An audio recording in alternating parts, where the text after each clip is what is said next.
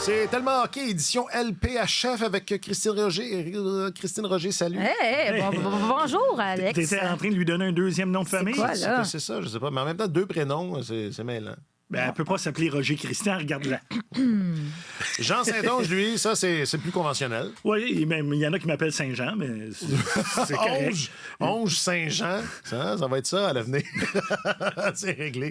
Je m'appelle Alexandre Coufal. Bonjour. J'ai manqué le mien aussi. Bonjour à vous deux. Dure journée. Oui, c'est ça. Il y en a comme ça.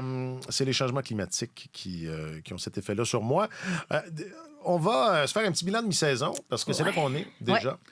Et que ça a passé vite. Pour vrai, ça fly. Puis imagine, il n'y a que des pauses. Alors imagine s'il n'y avait pas de pause en plus. Je pense que la saison serait finie. Mais on va y revenir, parce que juste avant, on va raccrocher là où on s'est laissé la dernière fois. Alors que de mauvaise foi, vous étiez... Pardon? Vous disiez que... Il voulait pas faire de match au Centre Bell. Non, mais et justement, le méchant. non, on nous a entendus. On nous a entendus. On a dit qu'il faut que ce soit. C'est ça, on a dit qu'il faut qu'il y ait un match au Centre Bell. OK, c'est peut-être ce qu'on aimerait croire que c'est nous qui en avons parlé. Ben oui. Mais dans les faits, c'est surtout qu'il y a eu pas loin de 20 000 personnes qui sont allées voir un match à Toronto. Et là, je pense que le Canadien qui se soucie un tantinet de son image, pas mal beaucoup.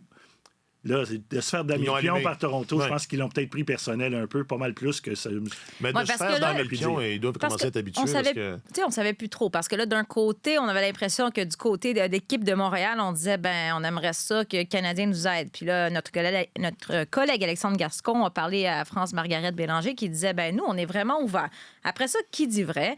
Mais ce que je comprends, pour avoir parlé avec des gens de l'équipe LPHF Montréal, tout le monde a été agréablement surpris de voir que les billets pour le match au Scotiabank Arena se sont vendus en 5 minutes. Là, je pense que le Canadien a fait « Oh! » Mais je pense que la Ligue aussi a fait « Ah! Ça pourrait peut-être être intéressant un match à Montréal plutôt que juste faire des matchs dans des terrains neutres. » Mais curieusement, depuis cette date-là, le Canadien, a dit ouvrir la porte. Mais ça a l'air que vous pouvez trouver les chandails de l'équipe féminine à la boutique du Tricolore, alors qu'il n'y en a à peu près plus nulle part. Vous pouvez aussi... on a eu le concours d'habileté où on a invité les joueuses de l'équipe. Oui, bravo. C'était probablement prévu, mais... Non, mais les autres équipes l'ont fait. Ça se produit. Puis là, de plus en plus, on se dirige, semble-t-il, vers un match le 19 ou le 21 avril. La date qui ressort le plus, c'est le 21 avril, compte probablement parce que c'est le match contre Toronto, un dimanche. On ne sait pas si c'est l'après-midi ou le soir, parce que de toute façon, le match qui était prévu à l'Auditorium de Verdun, on ne savait pas encore si ça allait être l'après-midi ou le soir. Mais il y a aussi la date du 19 qui a été avancée. Parce que le Canadien, son dernier match local, à moins d'une remontée époustouflante puis qu'il fasse les matchs éliminatoires, ça n'arrivera pas. Non, mais tu fais bien de préciser. Quand même. Si c'est le cas, leur dernier match local, c'est le mardi 16 avril à domicile. Okay. Fait que le vendredi 19 avril, Montréal de la LPHF accueille New York. Ils n'ont même pas besoin de défaire la glace. Le match est juste le mardi précédent. Durant 3 jours, on reste en configuration hockey. Ça simplifie encore la vie du Tricolore et des gens du Centre Bell. C'est pour ça que peut-être que le 19 est aussi une date intéressante pour eux, parce qu'il n'y a rien au Centre Bell avant, si je ne m'abuse, le jeudi suivant, avec les Harlem Globetrotters. Ça, c'est bon, ça. Mais l'affaire, c'est que ça battrait le record pour la plus grosse assistance pour un match de hockey féminin professionnel, parce que j'ai bien l'impression qu'on irait chercher le 21 000. Les billets, il n'y en a plus du tout.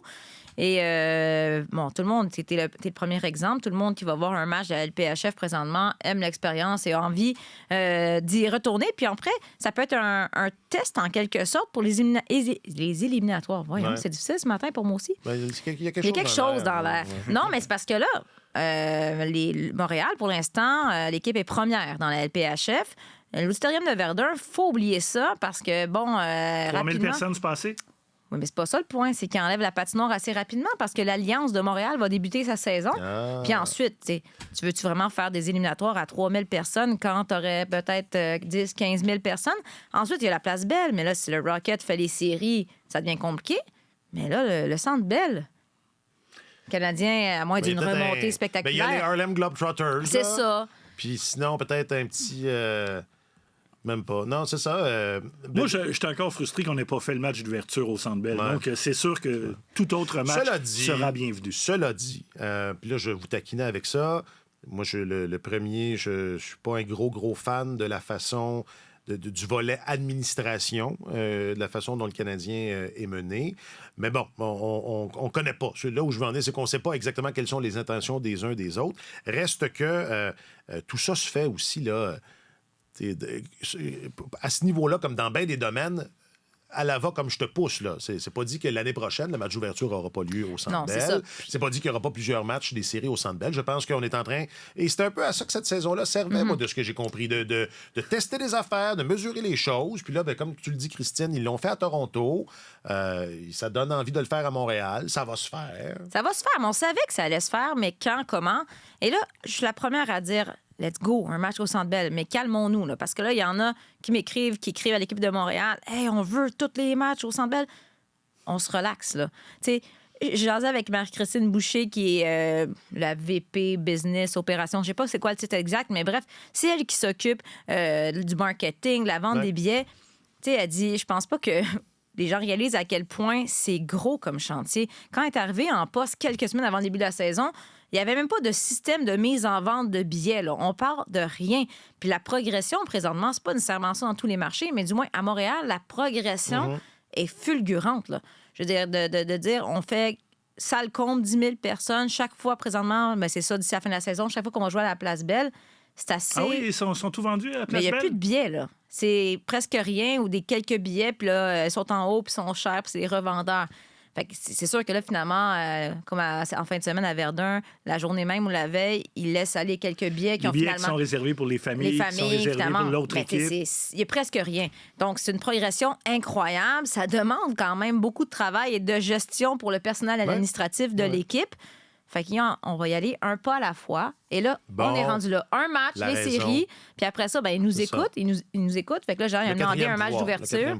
Donc, le match d'ouverture l'année prochaine, ça sera au Centre Bell.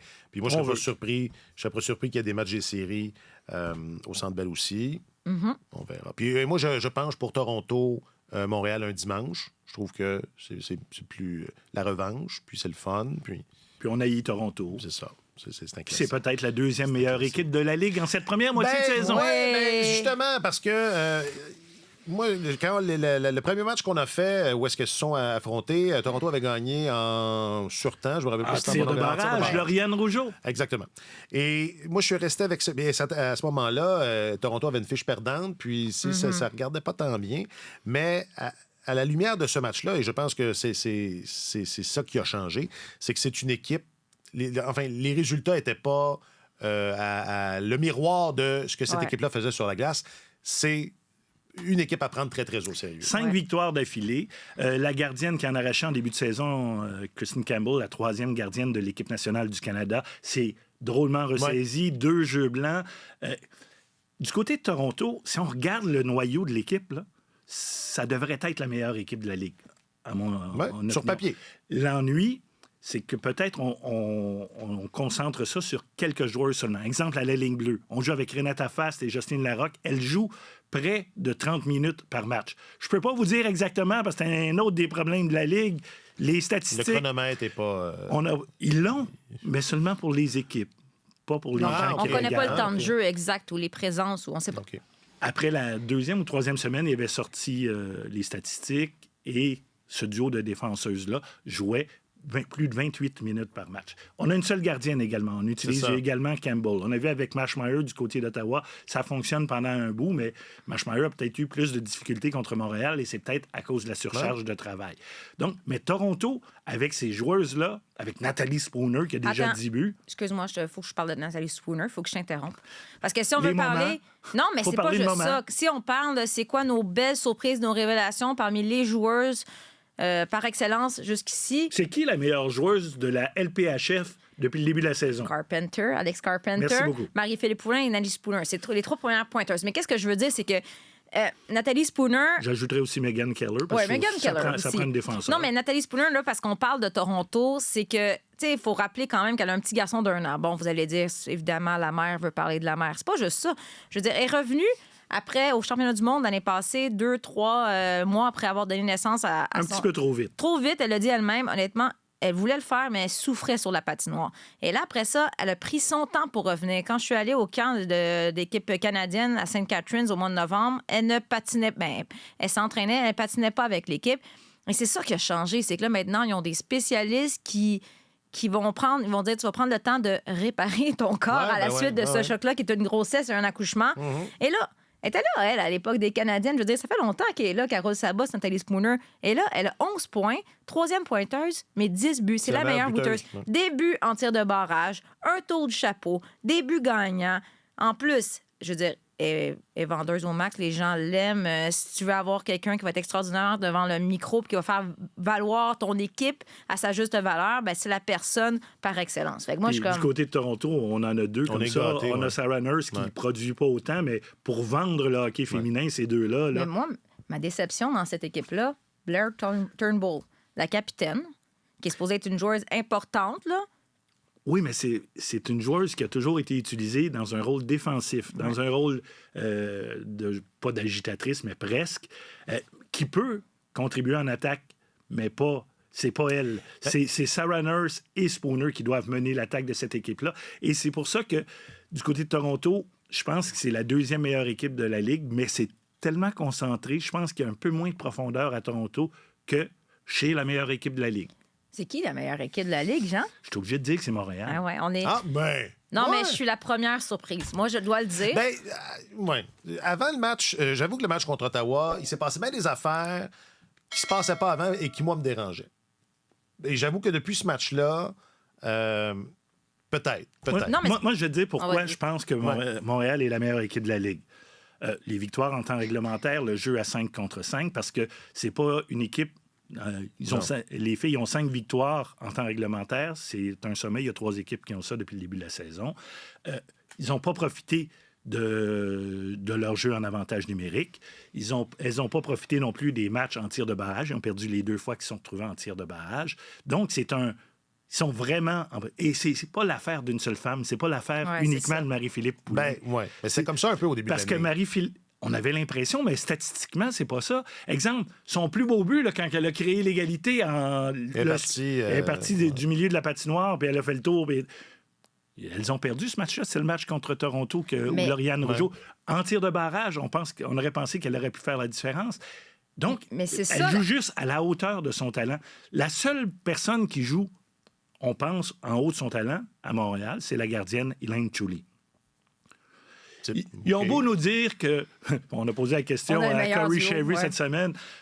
Non, quand on l'a repêché, on savait que ça pouvait être une bonne deuxième. Elle est la meilleure de la Ligue. Elle dit qu'elle serait première n'importe où ailleurs. Personne n'avait vu venir ça, on va se le dire. Personne n'avait repêché. Elle a été la dernière gardienne repêchée au 13e tour. Elle est présentement la meilleure gardienne au monde, statistiquement. Elle a joué juste 4 matchs. Non, mais dans l'univers. Moi, je dis calme-toi, là. Non, mais elle a la meilleure moyenne de buts alloués, la meilleure moyenne d'arrêts.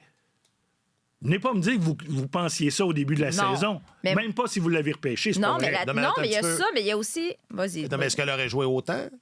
Est-ce que le plan... Parce que là, elle se partage presque le filet, là. Mais pas officiellement, juste les 6 derniers matchs. Non, mais depuis les 6 derniers matchs. Donc, elle a seulement 4 matchs sur les 13 parce que je pense qu'ils ont élaboré un plan. Je pense qu'ils suivent leur plan. Si Corey Sherry avait choisi de revenir avec Elaine Chuli la fin de semaine dernière à Verdun, là, j'aurais fait « Oh, OK. » Là, ils changent de direction puis ils font confiance. Mais non, ils sont revenus avec des biens comme c'est supposé. C'est la gardienne numéro 1.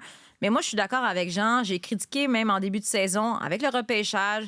Puis là, je dois dire, OK, Daniel, t'avais raison. Parce qu'ils ont misé sur l'offensive. Un peu d'humilité, ça te ferait. Ils ont misé sur l'offensive au repêchage. Soyons honnêtes, la majorité de ces jeunes joueuses-là, on les connaissait pas bien. Je veux dire, qu'on avait des stats, mais sans plus. On dit, défensive moyenne. C'est encore le cas. Elle fait la job. C'est pas la meilleure de la Ligue. Mais moi, je me disais, mon Dieu, il faut que Marie-Philippe Poulin soit exceptionnelle, puis Anne-Renée Desbiens exceptionnelle. Cette équipe veut espérer aller loin. Et là, je me rends compte que finalement, il y a du talent. Finalement, il y a un bon système de jeu qui a été mis en place par Corey Sherry et tout ne repose pas sur Marie-Philippe Poulin. Et elle, Poulin, elle a du fun présentement. Parce que le dernier match, là, elle a fini avec 3 passes. Elle, là, elle était bien heureuse. Elle t'a dit qu'elle aimait mieux ça. Je l'ai entendu. Ben oui, t'as écouté mes entrevues. J'aime mieux ça. Ben, je t'avais parce pas que le tout le choix. monde Avec l'équipe Canada, traditionnellement, à l'origine, c'était une passeuse qui marquait le... C'est pas la grande marqueuse, c'est une joueuse complète, Marie-Philippe Poulin. Voilà. C'est le package, le total package. Pour ça, je l'ai toujours comparé à Sidney Crosby, moi, parce que...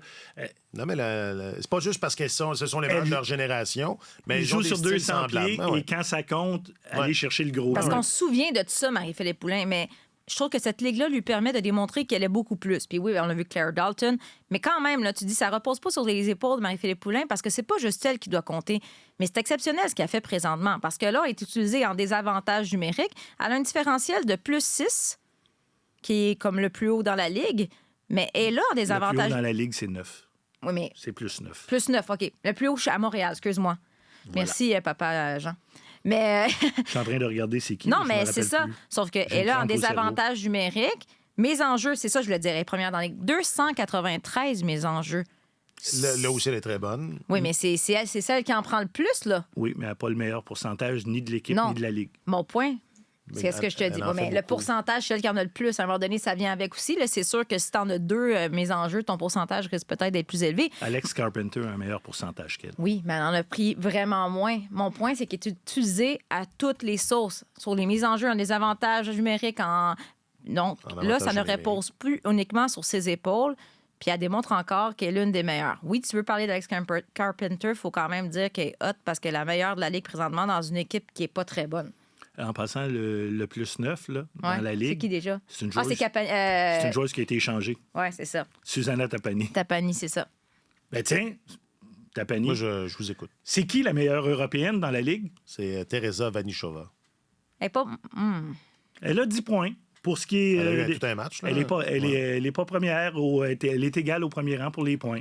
Avec Vanichova et Alina Müller. Oui, Ouais, la ben Müller ouais. est très forte. Tapani n'a que 7 points, mais elle est plus 9. Mais Vanichova, là, c'est une fille qui va être, je pense, dans la Ligue pendant plusieurs années, puis qui va vraiment se développer. T'sais, on en a parlé pendant le reportage en fin de semaine. C'est fou les mains qu'elle a, cette fille-là. Mais tu l'as vu arriver à Montréal, là, super gênée, puis c'est sa personnalité, elle parle pas fort. Et là, finalement, elle a ajouté ce côté agressif, là. Là, elle n'a pas peur de rentrer dans la bande et tout, puis elle se démarque bien. Agressif aussi pour aller chercher la rondelle Oui, et c'est non ça. pas juste. Ce qu'elle n'avait pas au début, quand elle est arrivée. OK, donc Montréal, la meilleure équipe de cette première moitié de saison. D'après moi, parce que, oui, OK. elle ne dépend pas d'une seule personne, Ouais. que ce soit la gardienne ou l'attaquante, Non, la C'est moi, ils capitaine. ont la... Le fardeau, Est-ce que Montréal a la meilleure coach? Ça, c'est beaucoup trop tôt. 12 matchs là, comme échantillon. Là. Non, puis c'est ce que j'allais dire tout à l'heure. Quand tu parlais de Blair Turnbull, on le voit, là, puis Dalton est un bon exemple de ça. Là. Ça prend un peu de temps, là. Ça prend un peu de temps pour trouver sa place, trouver ses marques. Oui, cette combinaison-là de dire, hey, Claire Dalton, là, on passe sous le radar, mais je pense que ce serait une bonne combinaison avec Marie-Philippe Poulin. Puis finalement, Vanichova puis Murphy, on va les enlever de trio avec Marie-Philippe Poulin pour. Ça va nous faire un autre. Ça va Mais nous faire un aussi deuxième pour qu'ils trio. arrêtent de jouer tout le temps contre les meilleurs de l'autre Ouais. équipe, là. Leur donner un peu d'air.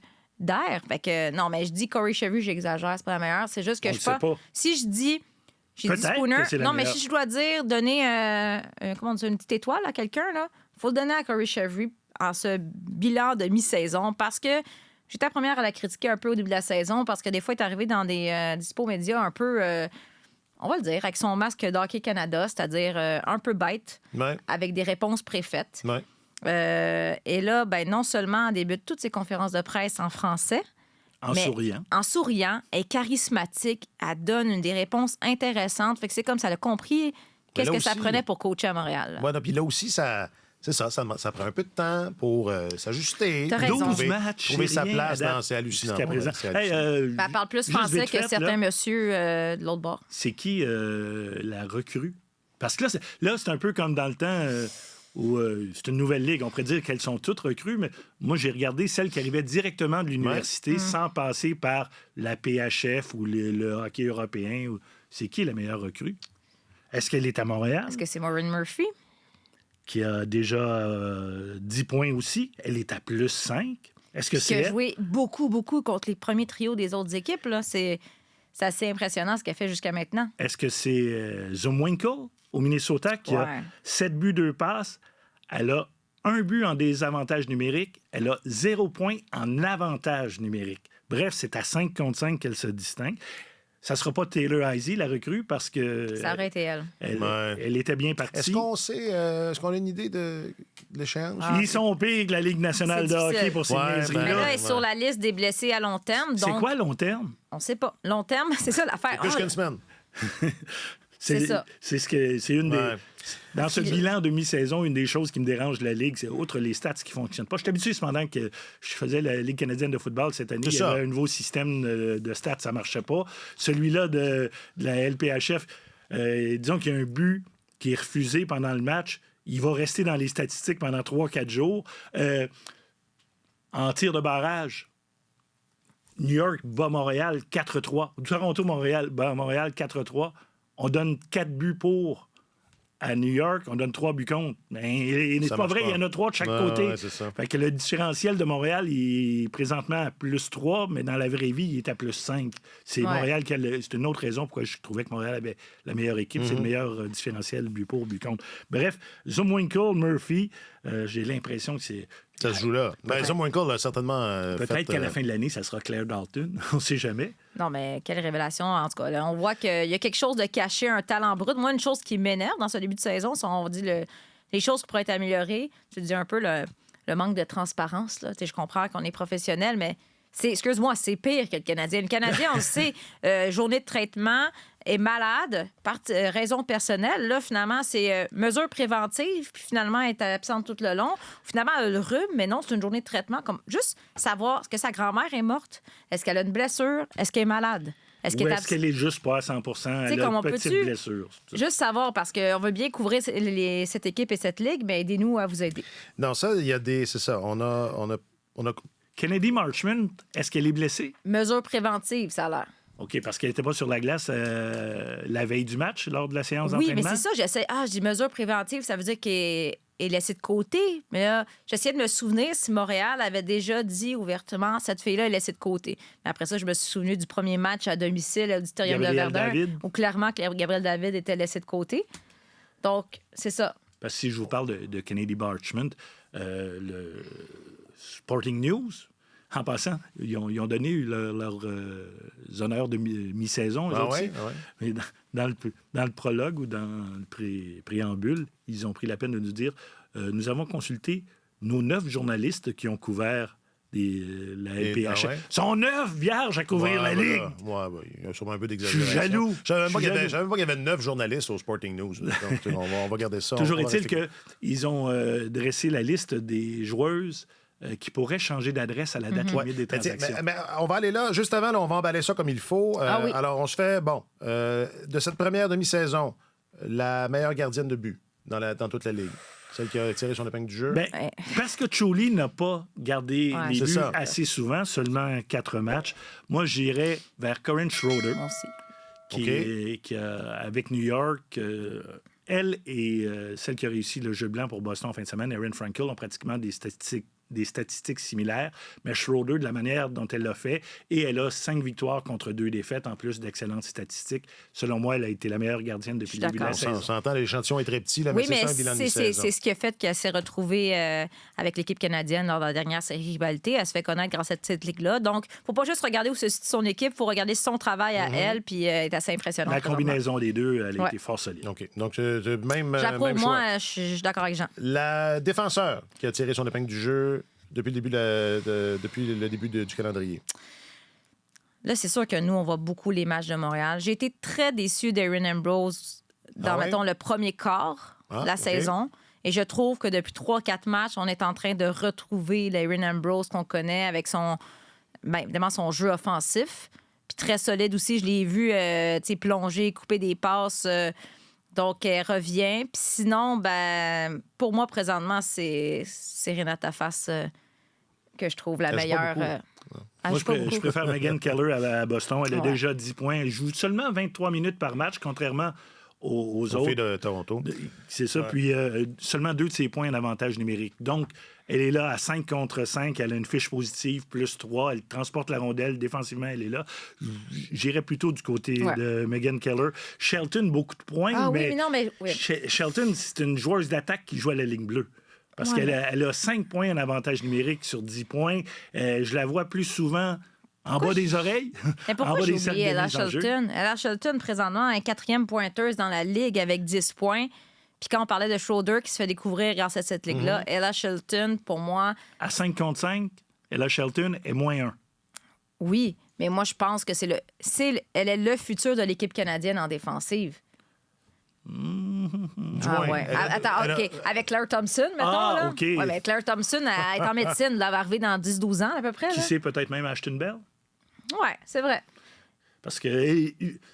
Toi, Moi- tu dis qu'il n'est pas assez solide défensivement à 5 contre 5. Ben, Voilà. c'est un profil, ça. C'est un Oh, profil oui, qui tout existe à fait. depuis longtemps. Mais tu as besoin de ce Puis quand tu peux- profil-là. Quand tu peux l'avoir, oui, c'est ça. Quand tu peux l'avoir, Elle a ça un peut petit côté être utile. Eric Carlson C'est qui ça. me tente. Je voulais pas le dire parce que je veux pas passer Ben, mon moi, temps j'aime ça. à faire des J'aime ça, ce comparaisons. genre de joueuses-là. C'est agréable à regarder, -1. peut-être. -1. C'est agréable pour les fans, peut-être moins pour Les la entraîneurs coach, c'est et ça. certains descripteurs, là, Bougon. Ben oui. Bougon, c'est ça, merci. Ça me va très bien. Et en fait, juste terminer là-dessus, le meilleur attaquante, ça va être plus compliqué. Puis on l'a évoqué un peu. Carpenter. Carpenter, pas le Carpenter, choix. depuis le début de la saison, 15 points, des gros buts. Elle fait tout. 1 en 3 en tir de barrage, des buts gagnants. Elle en a 2 ou 3, elle aussi. Fait que, Mais mon étoile, coup de cœur, Nathalie Spooner. Parce que Alex Carpenter... parce que c'est le moment. Non, parce que Carpenter, on Spoon. savait qu'elle pouvait donner ça. Non, on s'attendait à ça. Alex Carpenter, Elles ont depuis toutes qu'elle a ce- été retranchée en 2018 avec l'équipe Ben oui, mais des justement. États-Unis, elle joue comme ça, mais on ne pouvait pas Mais là, garantir je te dis, on s'attendait à ce qu'elle soit ça il y a 3 mois. Je te parle pas de 2017. Là, je veux dire, j'étais encore à l'école secondaire. Je te dis, Carpenter... J'exagère rien, OK, Christine. j'exagère à peine. J'exagère Non, mais rien. Carpenter, cet automne, quand la Ligue voyait le jour, on savait qu'elle serait bonne. Spooner, pour moi, c'était un point d'interrogation. Est-ce qu'elle va être encore capable de suivre le rythme? Puis je trouve ça le fun de voir qu'elle est capable de faire la différence pour son équipe. Je suis d'accord, Carpenter, mais Spooner, c'est pas juste parce que c'est une mère, c'est parce qu'elle est bonne en... Spoon. Spoon!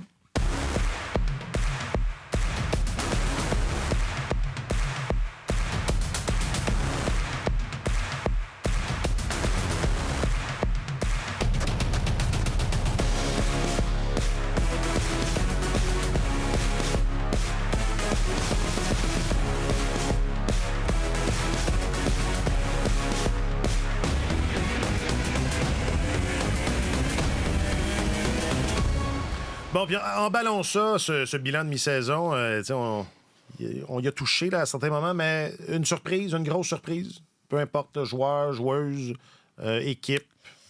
Parlez-moi pas encore là, de l'administration. Là. Non, mais une surprise... Ou une déception, une grosse déception. Ben, écoute, mettons, si on parle d'administratif, là, c'est pas une surprise, mais il faut parler quand même du marché new-yorkais, qui est une déception, mais c'est pas une surprise. Mais- C'est juste que si Montréal, ça va super bien, New York, c'est difficile d'aller chercher Plus de 2000. plus de 2000, Ouais, mais c'est je veux compliqué, dire, là. ils sont pas à New York, premièrement. Ils sont, là. Ben, sont une fois loin. sur 2 sont à New York. C'est à ça. Elmont, New York. Mais c'est pas évident. Moi, je veux dire... je veux juste dire, j'ai un doute, puis je me sens mal de dire ça, là, présentement. Mais présentement, c'est un bon test pour Anne-Renée Desbiens. Parce qu'elle est habituée d'avoir le champ libre hein, avec l'équipe canadienne, avec la LPHF. Puis, comment on disait ça, Jean, ensemble, quand dans les estrades la semaine passée? Elle est bonne dans les grands moments. Patrick Roy. Mais une erreur, une gaffe par match. Présentement, là, ils ont gagné 6-3, là, mais c'est pas grâce à elle. Elle n'a pas fait la différence dans ce match-là. Elle n'a Et- pas eu à la faire. Ben, ils ont Elle a marqué pas eu. 6 buts. C'est ça, mais Anne-Renée Desbiens, moi, elle me fait vraiment penser à Patrick Roy, dans la mesure où, justement, des fois, quand elle sort, c'est le fun de la voir sortir et faire des passes et tout ça, mais c'est toujours un peu hasardeux, Ouais. risqué.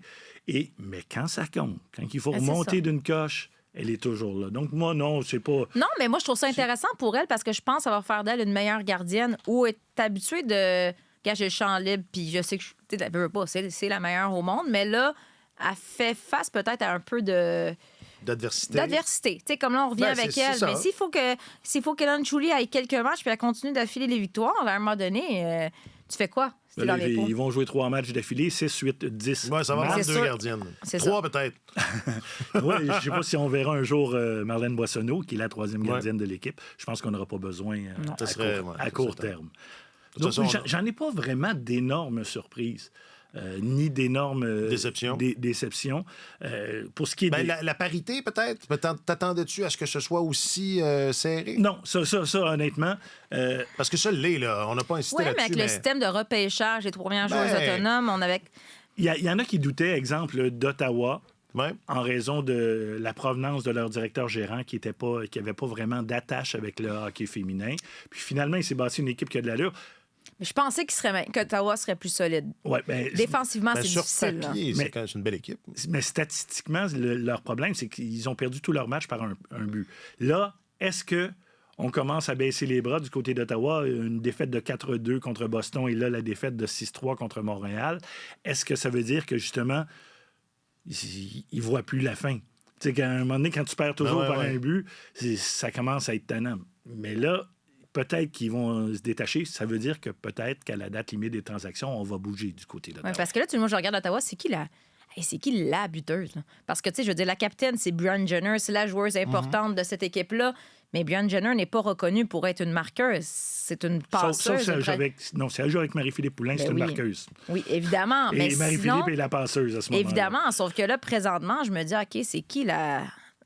J'allais dire la scoreuse, c'est pas que je dis ça. La buteuse numéro 1. C'est la petite jeune? Lexi Adjia? Ouais. C'en est une des révélations. Oui, c'est ça, mais elle était dans ma liste de recrues potentielles. Si tout repose sur Lexi, ça ira pas loin. Mais cela dit, Ottawa n'est pas dans le portrait des séries jusqu'à maintenant. C'est qui l'autre équipe déjà qui est 5e? Tout le monde est là. Boston, New York. Oui, c'est New York présentement, mais ça bouge. Montréal, Minnesota, Toronto semblent se démarquer. C'est ça. Et après ça, on tombe Boston, New York. Alors, pensez-vous que ça va rester comme ça? De ces trois-là, laquelle sera exclue? Parce que, enfin, il ne faut pas exclure la possibilité que ce soit une des 3 équipes de tête, là, mais c'est 4 équipes. Vous voyez qui ne pas 6. faire les séries? Ottawa fera pas les séries. Mathématiquement, Ottawa, ça va être difficile. Puis sinon, moi, je dis New York, Ottawa, qui ne fera pas les séries. Je dis ça, on dit n'importe quoi. En même temps, c'est tellement serré, on ne sait pas. Là. Ouais. Je pense, comme tu as dit, on peut parler des 3 premières qui... Et en même temps, ça peut changer tellement vite. Là, je veux dire, il s'agit d'une blessure importante ou quoi que ce soit, mais j'ai l'impression que les 3 premières équipes, ça va être les 3 équipes qui vont se battre pour la tête. Même si Minnesota, ça va être un petit peu plus difficile sans Taylor Eisen. On ne sait pas, comme tu dis. Est-ce que c'est long terme puis elle revient dans un mois ou long terme et puis là de la saison? Bon, je vais poser la question parce que, Jean, tu l'as évoqué, il y a la date limite des transactions qui s'en vient. Puis ça va avoir, tu sais, qui est terminé où, ça va avoir une incidence. Mais d'abord... Comment ça marche? C'est quand? C'est quoi la date? T'échanges. Non, mais c'est quoi la date? Non, mais c'est quoi la date? 17 mars. C'est quoi les détails? T'as vu notre doute? Comment ça marche? Ce qu'on ne sait pas, c'est dans quelle mesure on peut bouger la masse salariale. Oui, c'est ça. Christine nous disait la semaine dernière qu'il y avait une latitude de 5 à 10 là, sur la fameuse moyenne de 55 000 $ par joueuse. Mais là, avec comment on tient compte des blessures? Est-ce que c'est juste les contrats des blessures à long terme qui ne comptent pas au sein de la masse salariale? On les paye quand même, mais est-ce que ça compte? Ils ne sont pas comptabilisés. C'est des méchants mathématiques. C'est pas juste comme tu as une masse salariale, il faut que tu rentres dans ta masse. Là, il faut que tu maintiennes la moyenne. Là. Si c'est ça, c'est compliqué. Là. Et c'est la même chose que, exemple, au football canadien. Je reviens souvent avec ça parce que c'est une ligue de même niveau au niveau monétaire ou à peu près. Puis quand quelqu'un est sur la liste des blessés de 6 semaines, à ce moment-là, son salaire ne compte plus sur la masse salariale, sous le plafond salarial. Ouais. Est-ce que c'est la même chose là? Dans ce cas-là, ça donne un peu de latitude parce qu'exemple, avec la date limite des transactions qui s'en vient, Kennedy Marchment, elle a signé un contrat de 2 ans. Elle a signé un contrat de combien? On ne le sait pas parce que elle, avec la LPHF, avait signé pour 130 000 $. Moi, je peux-tu te dire que ce serait... En tout cas, je sais clairement, soit qu'elle est blessée ou qu'elle est laissée de côté. On ne sait pas présentement. Supposément blessée. Ce ne serait pas mon choix, la première dont je me départirais. Mais c'est parce que l'autre dont tu veux parler, Jill Dempsey, est-ce qu'elle a une valeur quelconque? Parce que s'il y a une transaction qui s'en vient... Ça, c'est 2 filles qui jouent pour Montréal, là, pour ceux qui essayent. Qu'est-ce que Montréal a besoin? Bon, moi, je dirais, on n'est pas fort en défense. Là. On a besoin de solidité en défense. Et est-ce qu'il va y en avoir de disponibles des défenseuses? ou des joueuses de défense, Ben, ou des défenseurs. La façon dont ça marche habituellement, c'est que si vous ne faites pas les séries, vous êtes plus ouvert à la possibilité de vendre. Mais là... Est-ce que, exemple, Ottawa, avec une Jinsey Dunn Rose, parce qu'on l'a connu sous le nom de Jinsey Dunn avec l'équipe des États-Unis, elle s'appelle maintenant Jinsey Rose, elle a adopté le nom de son conjoint. Son époux. C'est une fille qui a de l'expérience. Ça n'a pas l'air de fonctionner outre mesure. Est-ce que ce serait quelqu'un qui intéresserait Daniel Sauvageau et l'équipe de Montréal? Mais tout est une question. Là, on a l'air de ne pas savoir de quoi on parle, mais en fait, c'est parce qu'on sait. C'est pas dans les. Ça que c'est, parce non, mais que le livre des règlements, on ne sait pas comment ça fonctionne. Parce que si Ottawa, c'est ça, si Ottawa ne fait pas les séries, est-ce qu'on peut dire, on laisse aller des joueuses qui ont un contrat d'un an, go, mais est-ce que... Il n'y aura peut-être pas tant de transactions, justement, à cause de ça. Là. Écoute, on va aller poser des questions, mais des fois, on pose des questions, puis on se rend compte que, finalement, les personnes impliquées ne savent pas, parce qu'on est en train de créer, mettre en place les fameux règlements. Parce que dans le cas de Kennedy Marchment, moi, ce qui la rend disponible, elle n'a pas joué les derniers matchs.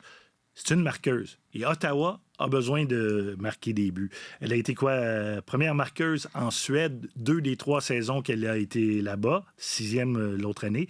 Et ces 2 saisons avec le Whale de Connecticut, elle a fini première et 2e marqueuse de la LPHF. Donc, visiblement... De la PHF. De la PHF. Et elle a 2 points avec Montréal. Donc, on sait que c'est quelqu'un qui peut marquer. Est-ce que Montréal compte sur elle? C'est difficile à dire de ce temps-là. Ou du moins. Mais si Montréal a besoin d'une défenseuse... Parce que Montréal, les 3 premières défenseuses, les jeunes Keppel et Tabin, avec Ambrose, ça fait le travail. Ouais. Keppel, c'est quand même une belle révélation, moi, je trouve. Non, elle est vraiment solide. Ouais. Tandis que Bizzle, c'est un petit peu plus long. C'est difficile. Et Lagunière et Léa Lum... Puis Catherine Daou. Catherine Daou s'en tire pas trop mal. Elle est fiable, elle fait ce qu'il faut. Elle fait ce à quoi on s'attendait d'elle. Mais là, des fois, si tu parlais... Non, c'est pas toi qui en parlais, c'est Jacques-Alexis. Il parlait de Lagunière, notre réalisateur, il chialait avant d'entrer en ondes. Jacques-Alexis a toujours... Non, mais c'est parce que là, on se retrouve un peu avec Laskova blessée. Ben là, on les met Lagunière, on met Weisel, mais normalement, idéalement, tu aurais des défenseuses plus fiables ou plus solides. Parce que Dominika Laskova, qui est blessée, avait un rôle important. Et elle non plus, on ne sait rien. Ben là, c'était blessure à long terme. Je croyais l'avoir vue avec des béquilles, mais finalement, je l'ai vue en fin de semaine, puis elle marchait très bien, puis il n'y avait pas d'orthèse au genou. Donc, pour vrai, je ne comprends rien. Donc, peut-être que la blessure, ça se guérit, une blessure, hein? Oui, mais elle avait l'orthèse. On a fait des entrevues. En photo, Non, mais je l'ai vue aussi en vrai, parce que j'ai fait des entrevues avec elle pour les diffuseurs. Elle avait l'orthèse. Elle me disait, moi, je vais voir si j'ai le feu vert. J'aimerais ça. Je pense que je pourrais jouer. Là, après ça, on la met sur la liste des blessures à long terme. C'est là qu'on donne un contrat de joueuse régulière à Catherine Dubois. Vrai, c'est relié, je crois l'avoir aperçu au Place Belle parce qu'il y a sa mère et son frère qui sont en ville présentement. Très bon timing. Je la vois en béquille. Et là, après ça, la fin de semaine dernière, plus de béquille, plus de rien. Là, pour vrai, je me demande, as-tu une intervention pour juste nettoyer? C'était son genou. Mais elle marchait très bien en fin de semaine. On cherche peut-être une solution pour pouvoir intégrer tout le monde. Là, puis, parce qu'il va falloir que quelqu'un soit libéré. Ça, c'est une question qu'on avait abordée précédemment. C'est peut-être il y a deux balados précédents.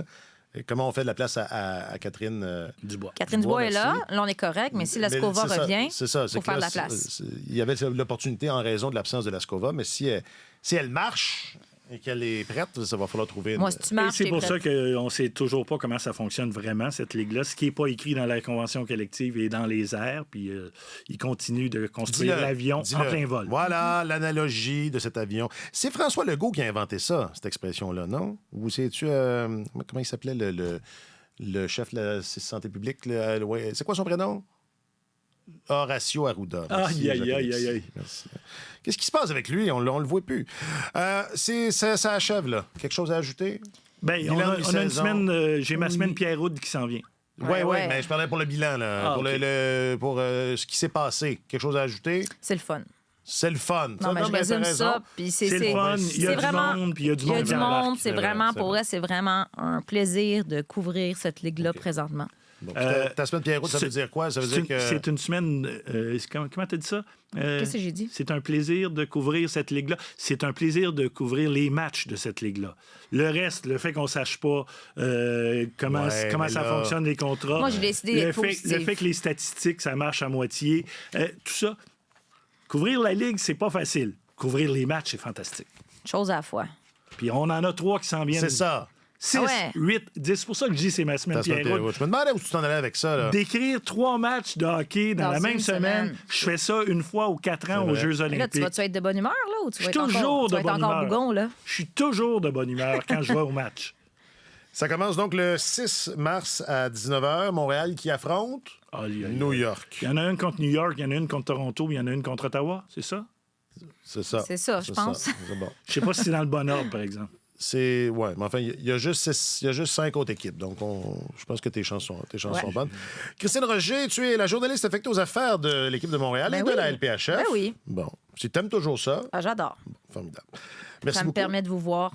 Ben non, ça c'est de l'extra là. C'est un boni? On n'est pas. Moi, je suis jamais là. Je sais pas si quand tu y vas, je suis jamais là. Mais est-ce que je serais dans ton balado si je ne ben pas là, cette équipe?